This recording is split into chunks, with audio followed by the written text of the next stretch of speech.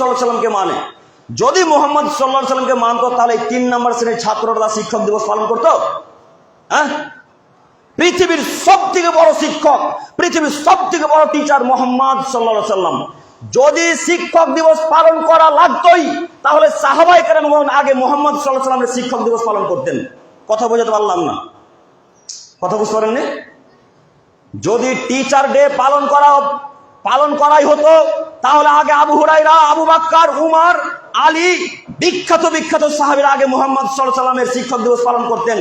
তারা যেহেতু করেনি, কাজেই এই নীতি বাতিল, এই নীতি বাতিল, এই নীতি বাতিল। এগুলো সবই কুসংস্কার, এগুলো সবই বেদাত। ইসলামের মধ্যে নতুন আবিষ্কার করা হয়েছে, এগুলো সবই বেদাত।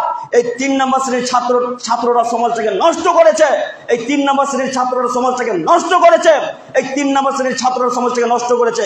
আরে বেহায়ার বাচ্চা, বেহায়া মহিলার সাথেও শিক্ষক দিবস পালন করে কেউ? হ্যাঁ, কে তোমাকে বিদ্যা দিল? তোমার বিদ্যাকে রহমানপুর কবরেজ আজকে বিলীন করতে দিয়ে চলে এসেছি, তোমার বিদ্যাকে আজকে ফুটে দিতে এসেছি। কে তোমাকে বিদ্যা অর্জন করিয়েছে? শিক্ষক দিবস পালন করা লাগবে মানে? কে বলেছে জন্মদিবস পালন করা লাগবে? কে বলেছে জন্মদিন পালন করা যাবে? জন্মদিন পালন করা বেদাত, শিক্ষক দিবস পালন করা বেদাত। যে কোনো দিবস, যে কোনো দিন পালন করা হচ্ছে বেদাত। দেখি কোন মায়ের বেটার মুখে ক্ষমতা আছে বলতে পারে জায়েজ? বলে না কেন কোন মায়ের বেটা? ওকে কবর না দিয়ে দিই আমি? বলে না কেন? বলেন কোন শিক্ষক এসে বলুন যে শিক্ষক দিবস পালন করা যায়? বলেন একবার শুধু যে আমি শিক্ষক, আমি আমাদের এই স্কুলের হেড টিচার, শিক্ষক দিবস পালন করা যায় আমি বলছি। বলেন এ বাক্য শুধু আমার মুখের সামনে, বলেন না কেন? এই ছাত্রগুলো সবাই শিক্ষক দিবস পালন করতে গেছে। ওর বাপ নাই, ওর মা নাই, ওর বংশে পুরুষ মানুষ নাই, সবকে হিজড়ার বংশ নাকি? ওই ছেলেটা শিক্ষক দিবস পালন করতে গেল মানে? ওকে কে বাধা দিবে? ওকে আমি বাধা দিতে যাবো না, আপনি বাধা দিবেন? ওকে ঠেকালেন না কেন? ওই ছেলেটা শিক্ষক দিবস পালন করতে গেল মানে? আপনি জানেন না ওই ছেলেটা শিক্ষক দিবস পালন করতে গেলে আপনার আমল বাতিল হবে, ওই ছেলেটার আমল বাতিল হবে, ওই মাস্টারের আমল বাতিল হবে। কে বাধা দিব? আমি বাধা দিতে আসবো সন্তোষপুর থেকে? কে ঠেকাবে ওকে? কে ঠেকাবে? আর এই 3 নম্বর শ্রেণীর ছাত্ররা, ছেলেগুলা জন্মদিনও পালন করে। ওর বাপের জন্মদিন পালন করে না কেন? ওর জন্মদিন পালন করে মানে? কে বলেছে জন্মদিন পালন করা যাবে? জন্মদিন পালন করাই বেদাত, জন্মদিন পালন করাই বেদাত, জন্মদিন পালন করাই বেদাত। আবারও বলছি, যদি জন্মদিন পালন করা জায়েজ হতো তাহলে সর্বপ্রথম কারা পালন করতো?